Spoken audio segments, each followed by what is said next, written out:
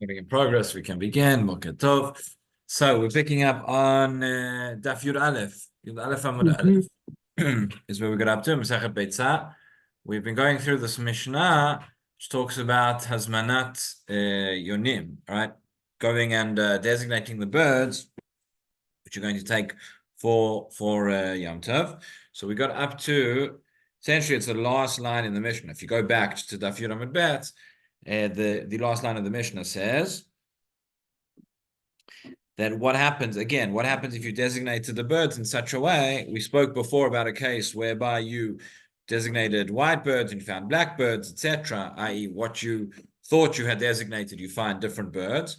What happens now if you find them in a different location to where you had originally set them aside? So the Mishnah said, Betoch haken umatzah lifnei haken.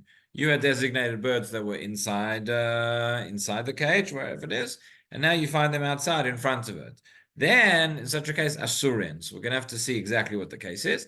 But then the Mishnah continues. It says, Ein sham elahem ara'elu mutarin. If nonetheless, even if they're not in the same exact location where you had left them, where you designated them, if those are the only birds that are around, there are no other birds in that vicinity, so then it would still be mutar. We have to understand again what we're talking about, because we saw before the whole idea that if these are not, there were two birds and then three, or three and then two, maybe birds could have flown in from somewhere else.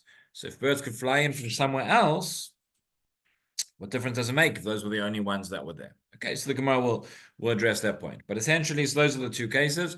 If you designated them inside the ken, and then you found them in front of the ken in a different place, we say asur, we say those are still muktzeh. We assume those are not the birds that you set aside, unless there are no other birds at all in the entire vicinity. So says the Gemara, we're now on Daf Yud Alef Amud Alef, right near the top. Right, three words from the top, from the beginning. Betoch haken umatzah lifnei haken asurin. That was our Mishnah. Rashi says over here, he says lifnei haken. Not sure if Rashi is talking about this, or it should be a little bit later on, but he explains what we are. According to the Masarat Hashas, this Rashi should actually be printed next to the Mishnah. Okay, he says lifnei haken. Derech kol shavachen liot me'at min dafa aliyah bolet. So you have kind of this board that is there that extends a little bit outwards from the entrance of each ken, and then and the birds can go out there, get a bit of fresh air. They can go out, they can rest there, and then they can go back inside. Okay, so that's where you found them. So now we say it's asurin. We say the original birds that were inside are not there. These are birds which came from elsewhere. So says the Gemara, something we've already seen. It says Leima Masaya Rabbi Chanina. Rabbi Chanina Rov Karov Alach. Maybe this is once again a proof for Rabbi Chanina. Rabbi Chanina, who says elsewhere in Shas that when we have Rov and Karov, right? We spoke about this last week. You have two different criteria. Rov, we follow the majority, and Karov, we follow proximity. Each of those, everybody agrees that in the absence of the other factor, we would go by that as a determining factor. What happens, though, when you have Rov and Karov, and they give us contradictory information? So says Rabbi Chanina, we go by the Rov. So again, there seems to be a proof. What's the proof? The proof is this. You had these two birds that were inside the ken. You come back on Yom Tov, and you find them outside. If we're going to go by Karov, so then we would say, okay, the closest birds were the ones that were inside. They're now outside. They're over there next to the cage. And therefore, it must be them. They won't be muktzah. If we go by Rov, however, we say what? Well, likelihood is that most of the birds in the world were not the birds that were inside that were muktzah. Were not the birds that were inside, and therefore they are muktzah. So we're saying asur. It sounds like we're saying Rov over Karov. That is what it sounds like. And the Gemara says no, so that is not the case. I'll give you two answers, two reasons why. Amar Abaye bedaf. Okay, this is what we saw before, which was actually quoted from here. Abaye says no. The case is where you have a daf, you have this board that we explained before that is sort of outside the, just outside where the birds are, and all the different birds come there. And therefore, since any bird could have come and could have been on that daf, we assume that that's where the birds came from, and therefore karov is rov in this case. Let's just see Rashi. He says, "Zalach rov ki yachad olam minan elu otan shezimen betocha ken shu karov lelifnei ken." We're going by rov. Why? Because we're not saying that these birds that you designated inside the ken are the ones that are close, that are just in front. El Amrin and Me'alma Atu. We're saying no. We're saying these are different birds that came from somewhere in the world. Bedaf, that's Abaye's answer. He says, the Kulu Karov Ninu. Since you have this daf, since you have this board that's just outside the ken where birds can come and rest, we assume that all birds in the world that could have been on that daf. And therefore, whatever you find now directly in front of the ken is considered Karov. He says, Kulu Karov Ninu. We go by Rov because Rov and Karov, etc., it's essentially both the same thing. Now, that's Abaye's answer. Rava says no. He says it's a different Shiur here. There's a different reality which the Mishnah is talking about. And the case is as follows. Rava Amar, Bishnei kanin zo lemala mizo askina. It's never as simple as it sounds just from the straightforward words of the Mishnah. Right? Rava says there are two different nests, two different cages that are one on top of the other. That's the case. Okay, so what exactly happened? I.e., you have Ken A on top, and then you have Ken B, which is underneath, and you originally found you originally designated the birds which were inside one of them, and the other one was empty. And you now come and you find the birds in front of, not inside either one of those cages, but you find them in the front. So what's the case? Rava says like this. He says, "B'shnei kinin zo lamala mizo askinan, v'lo mibaye zimen b'tachtona v'lo zimen b'elyona, u'matza b'tachtona v'lo matza b'elyona dasira." Okay. He says the Mishnah does not need to teach me the following case. Gets a bit complicated. There are two cases here. Says Rava, one of them is the case that's being taught in the Mishnah, and one of them is a case that the Mishnah didn't even need to teach us because it's obvious. The case that is obvious, again, where we have these two bird cages, for lack of a better translation, one on top of the other. This is the case we don't need to teach. Let's say you came before Yom Tov and you designated the birds that were in the lower section, but you did not designate the birds that are in the upper section. Okay. Zimen b'tachtona v'lo zimen b'elyona. U'matza b'tachtona. Now you come back on Yom Tov, and where do you find the birds? There are birds in the bottom, but there are not birds in the top. And again, when we say in the bottom, we say not inside the area where the birds were before an Erev Yom Tov, but just in front, just outside. But you find them on the lower level and not on the upper level. So there, says Rava, that's obvious that that's going to be forbidden, Dasiran. Why? De'amrinan hanach azlu la'alma, v'hanach ishtabuv v'yishtabuv, v'nachut. Again, there are no birds in the original place where I found them. I came before an Erev Yom Tov and I found birds in the upper section and in the lower section. Now I find there are no birds in either of those, but there are birds just in front, just outside of the ken, outside of that area, but outside on the lower section. So we say like this, obviously the birds that were originally there are gone. And the birds that were on the lower part. And the birds that I now see are the birds that were there on the upper part, and they've kind of fallen down, they've climbed down, and those are the ones that are there. Okay? Continues Rava, but even the following case, if I came before Yom Tov, and I set aside, I designated the birds that were on top, and I did not designate the birds that were on the bottom, right? אפילו זימן בעליונה ולא זימן בתחתונה, ובאו מצא בעליונה ולא מצא בתחתונה, and now come and I find the birds just outside the area where I had designated them, on the top level, but not on the lower level. So at this point, I might have thought, okay, those are the birds from the top that had just gone outside. Hanach nami dasire. These also are going to be forbidden. Why? The amrinan hanach as leila alma. We say the original birds that I designated on top, those have gone. Those have somehow flown away. The hanach sruche sarach v'saliku. And the birds that were below have sort of climbed up, and those are the ones that were there. So in other words, this is not a case of Rov versus Karov. According to Rava, what we're saying is, when the Mishnah says that I designated these birds inside the ken, and I now came on Yom Tov and I found them outside, just in front of the ken, the case is where there were two kenim of birds, one on top of the other, and when you came, you had originally designated them on the upper level and you found them on the lower level, or vice versa. According to Rava, in both cases, I have to be concerned. These are not the original birds which I designated, but these were the other set of birds that either climbed up or climbed down from one to the other. Let's see Rashi.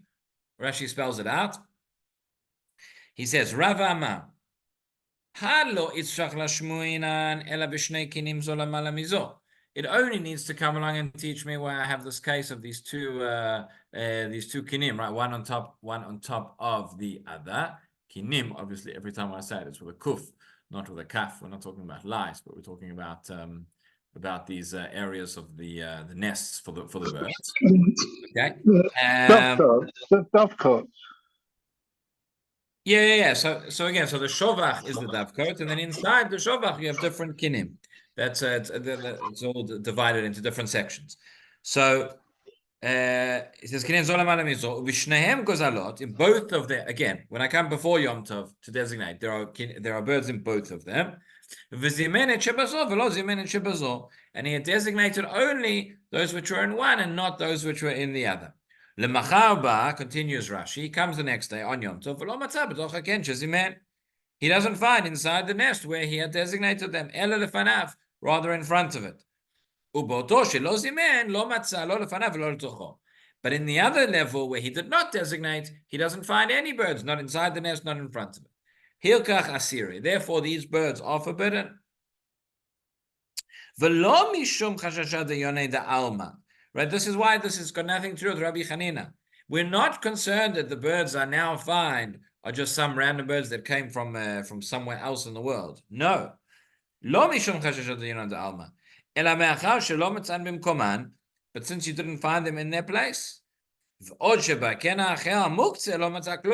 in the other nest which was on top or underneath, there are no birds there. Those muktzah birds, you didn't find them there. We are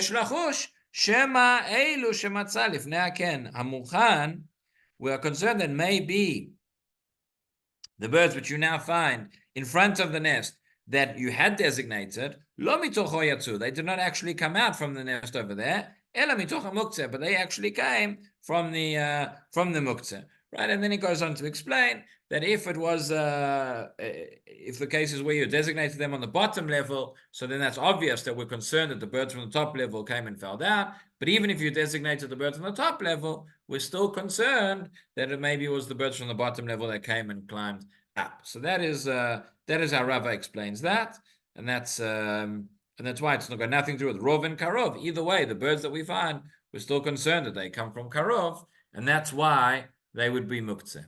Now, on the topic of Rov and Karov, there is a very, very interesting case, which I saw in the Chashukei Chemed of Zilberstein related to the Daf. This is for you, Moshe. You'll see why in a moment. So, let me share it on the screen. Here we go. Chashukei Chemed has a question here about a Gabait Tzedakah. So, talking about Rov and Karov. He says, Gabait Tzedakah שמצא 100 שקלים ואינו יודע מאיזו מעטפת נפל. שאלה, גבאי צדקה שבפורים יש לה שולחנו הרבה מטרות וקופסאות של צדקה. So you have a Gabait Tzedakah who has it just before Purim, or maybe it's before Pesach, right? He's giving out his matanot levionim or ma'ot chitin or whatever it may be. And on the table, he has lots of different envelopes and lots of different boxes, containers of tzedakah. וכל אחד הוא עבור משפחה אחרת. Each one goes to its designated recipient, to a specific family.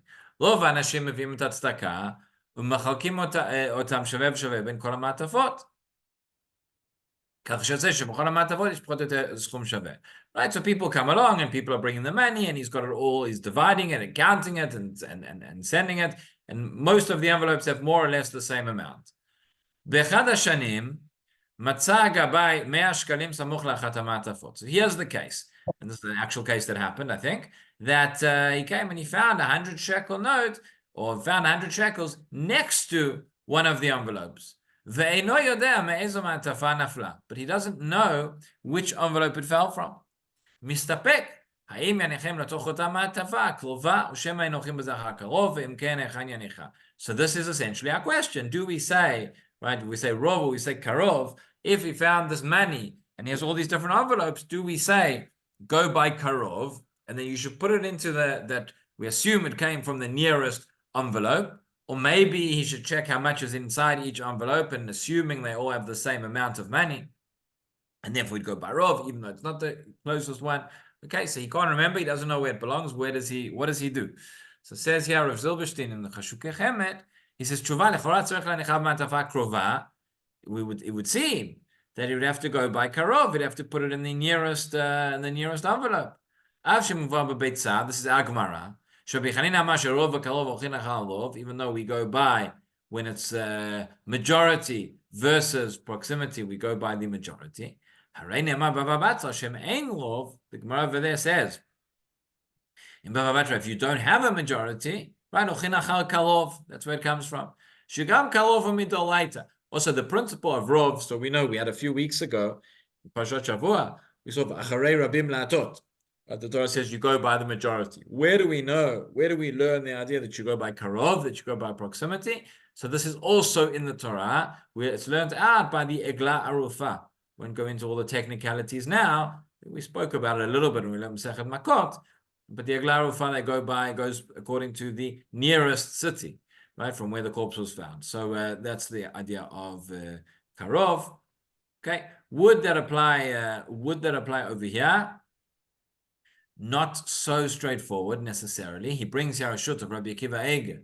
Rabbi Akiva Eger says, for example, why doesn't it say in the Shulchan Aruch that if you have 5 shops that are selling basar shchuta and 5 that are selling basar nevela, okay, the case in the Gemara talks about 9 and 1, but if you have 5 kosher shops and 5 non-kosher shops in a town,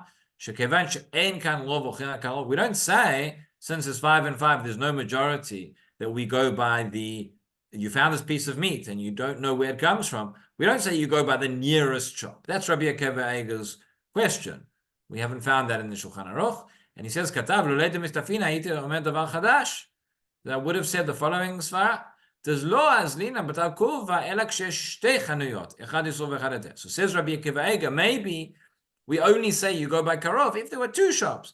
One was asur and one was mutar. So then I would say that zeh domeh l'shnei shovchin vayonin shebetocham shavim. That would be a similar case. If you have 2 dovecotes and you don't know which one it came from, so you go by the closest. Or you have the case of the Egla Rufan. There are 2 cities where it could have come from. But if you have many shops, even though half of them are selling kosher meat and half are selling non-kosher, there you can't say karov. It's not enough. Why? אם נידון שנפל מהקרובה, יש לזה רוב הפוך, שנפל משאר החנויות.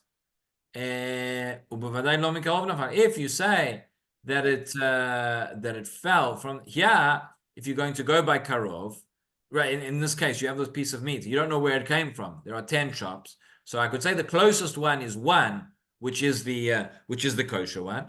But if I say it's not from the closest one, I say I go by the majority, well, there's 9 other shops, and the majority of those are non-kosher.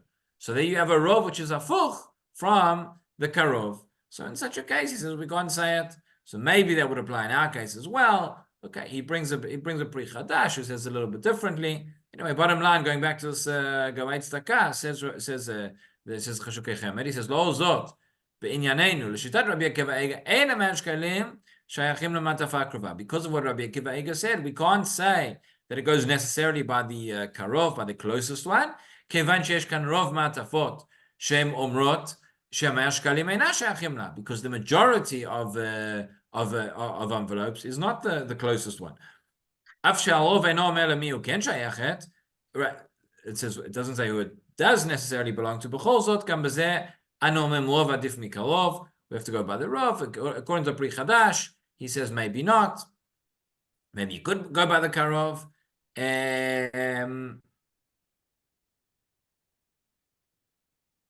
right. The bottom line is it's not so clear as to where this 100 shekels goes now. Bottom line is that when we have all the envelopes and have all the money, we should be careful and not lose it, not let it fall out, because it's not so clear where it belongs. Okay. The problem of the 100 shekel What's falls that? in the hands of the Gizbar, who collects money from our people.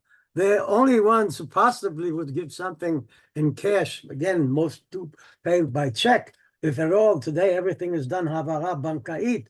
So that's only our contributors to the Beit Knesset. When it comes to the other side, when we give out the money, the ma'ot chitim, because we are an amuta, we must very carefully register every check. To whom we give it is to Correct. which is correct. Veitem nekiyim. That's very important. But I thought it was an interesting application over there, at least lahalacha v'lo lamaaseh, in terms of the question of rov and karov and seeing how these things are connected. Okay, let's go back into our Gemara. So the next case is as follows. We said if you came and designated these birds, these were the only ones that were in the entire vicinity, and now you come back, you find them in a little bit of a different place to where you had designated them. Nonetheless, that is fine. We say they're mutar. We say that's not going to be muktzeh. Says Rashi over here again. There are those who think that this Rashi actually should belong on the Mishnah. Rashi says, "Im ein sham elahen."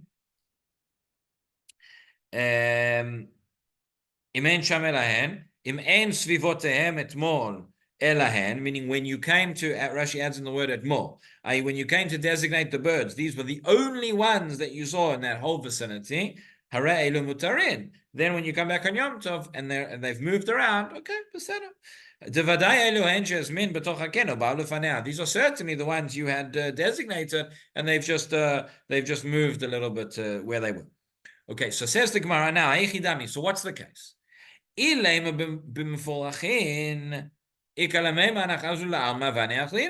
understand. You're saying that these were the only birds in the vicinity. We've just been discussing for the last daf or so that sometimes you come back and you see the birds and you're concerned these are not the original birds you designated. Those flew away and others came. So if we are dealing with birds which are meforachim, i.e., says Rashi, gdolim, upochim lemerachok, they are adult birds and they can fly away, they can fly very far. So what if those were the only ones in the vicinity? Those ones flew away and others that were not in the vicinity might have flown in and taken their place. Since we see them now in a different location, we have to be concerned. So that can't be the case that the Mishnah is talking about. Right? We could say those are those left and these are others. So rather no, we're dealing with young birds, baby birds that can't really fly. They can hop along, but they can't fly so much. So again, it's not so clear, because then what? The Gemara tells us that the furthest that these birds that hop along can go is 50 amot. They won't go further than that. So if there is another nest within 50 amot, so then it could have been that they left. And if there's no other nest in 50 amah, so then obviously these are the same birds and it's mutar. So what exactly is the Mishnah telling us? Right? That it can't ever go more than 50 amah. So if it's birds that can fly away, so then it should be asur. And if it's birds that can't fly, but that can only really hop along, well, then it depends. If there's another nest within 50 amot, then it should be asur. And if there's no other nest within 50, then it's obvious that it's mutar. So what's the chiddush of the Mishnah? So says the Gemara, leolam di'ikaken b'toch 50 amah. Dealing with a case, really, of birds that only hop along, and there is another nest within 50 amot, right? Leolam di'ikaken b'toch 50 amah. But it's around a corner. Okay, you may have. You should have in Rashi. There is a little bit of a diagram next to it. You see the bite. You see where the corner is, right? So the distance between those two nests is really 50 amot. However, if you're going in a straight line, you can't see the other one. So says the Gemara, "Olam de'ika ken betoch hamishimama, kegon dekayim v'ken zavit, ma'u deteima adadu. Why did the Mishnah need to teach us this? Because we might have thought it's going to start hopping along, and birds are going to hop along, and they're going to reach the other nest, which is within 50 amot. However, Kamash Malan comes to teach us, no, that is not correct, because kohecha de medadeh v'hadal chazi lekane medadeh. Meaning, when these birds are hopping along, but they're looking over their shoulders, right? As so long as they can see a nest, then they are going to they can turn around and they can see the nest, then they're going to carry on hopping. However, if they can't see it, if it's out of sight, even though it's less than 50 amot, then they'll go back. So that's the case. That's what we're dealing with. Rashi just explains it. He says, "Bekeren zavit, shezavit habayit bolet lahala min hashovach." Right, the corner of the house or the building protrudes into the davkot. V'ken zeh shezimen bo omed litztadim, and this nest where you went and you designated the birds on the side. If you're standing there, you won't be able to see the other nest because the corner of the house is protruding, and therefore that is the case. So if those were the only birds in the vicinity, we assume that they aren't going to fly or they aren't going to hop along somewhere else, and therefore you come and you find them on Yom Tov, even though they were before inside the nest and now they're outside the nest, we still assume those are the same ones, and those will not be muktzah. Okay, let's just read the Mishnah quickly, and we'll conclude with that for today. We're continuing. The next Mishnah brings us more of these machlokot relating to Simchat Yom Tov between Beit Shammai and Beit Hillel. We're finished with the birds for now. We've already seen these. Remember, when we had the question, we raised the contradiction, and we saw 5 different explanations between Beit Shammai and Beit Hillel in terms of who is going to be more maker regarding Simchat Yom Tov. And we brought a number of machlokot, so we've already seen this Mishnah, but here it is in the Mishnah itself. Beit Shammai omrim, ein notlin et ha'eli lekatzev alav basar, u'beit Hillel matirin. Okay, so you have this eli, which is this board. It's a big wooden board, which is used to chop things. It's used to chop wheat, which is going to be a prohibited activity on Yom Tov. But the question is, can you pick it up and can you use it to chop meat? So Beit Shammai says, ein notlin et ha'eli lekatzev alav basar. Beit Shammai says you cannot take the eli, this board, to go and chop meat on it because it's still muktzeh. Beit Hillel matirin. Beit Hillel, however, are going to allow it. The question is, what exactly is the type of muktzeh here? What are we dealing with? Machloket Rashi and Tosfot, exactly how to understand this. Is it because it's a kli shemelachto le'isur? Is it because it's a muktzeh mechamat chesron kis? Either one is going to have a difficulty, which we'll have to resolve. Second case, which the Mishnah brings, Beit Shammai omrim ein notlin et ha'or lefi hadorsan v'lo yigbianu elam ken yesh imo k'zai basar. Beit Hillel matirin. This we've seen as well, but it's from here. Beit Shammai say, if you take the skin of the animal, you can't place it in somewhere where people are going to walk over it, and you can't lift it up unless it still has a kazait of flesh, of meat attached to it, in which case the or becomes tafel to the basar, and it won't be muktzeh. And Beit Hillel matirin. Beit Hillel are going to allow. And here as well, we've already seen the svara is going to be related to Simchat Yom Tov, related to, we're going to get into a very, very big sugya of hitiru sofan mishum tchilatan. Different things which Chazal allow. We're going to see more in the next Mishnah as well. But there were cases where Chazal allowed something because if we don't allow it, then people aren't going to do aren't going to come and do the first action, and then they're going to prevent them from Simchat Yom Tov. So if you don't allow people to deal with the meat and to salt it and to preserve the skins, etc., people aren't going to shech the animal in the first place, and that's going to prevent Simchat Yom Tov, and therefore, because of that, Chazal hitiru sofan mishum tchilatan, at least according to Beit Hillel. Okay, Adkan for today. Wonderful day, everybody, and we'll see you tomorrow. As far as pigeons are concerned, in Yes. Yerushalayim, it was especially amongst the Sephardim a habit of training pigeons. They chased them around, they gave them exercise, and they would all come back. So they become very familiar with what they have and that they're really theirs because they're training them. So Yeah. that question maybe becomes less of a problem than if you just at random have a place where pigeons come in and then you're not sure whether they're originals or not. Okay, could be. We'll have to look into it. Yashar koach. Koach, koach. To the